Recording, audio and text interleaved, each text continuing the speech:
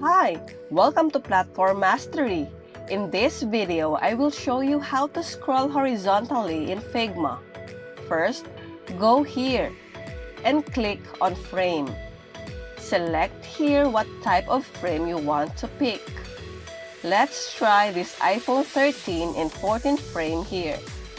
And then, click here and make a small square. Just copy and paste it and align it horizontally.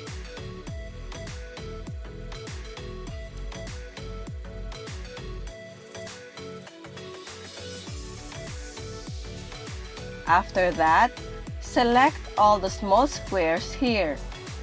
Right-click on it and click on Group Selection.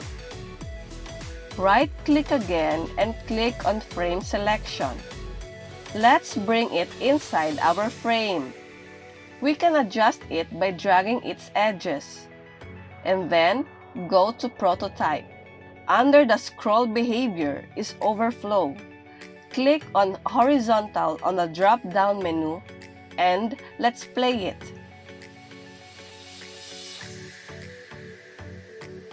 As we can see here, we can already scroll these squares here horizontally.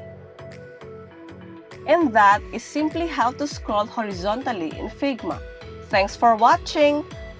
For more videos like this, hit the subscribe button and click the notification bell so that you get notified for our new uploaded videos.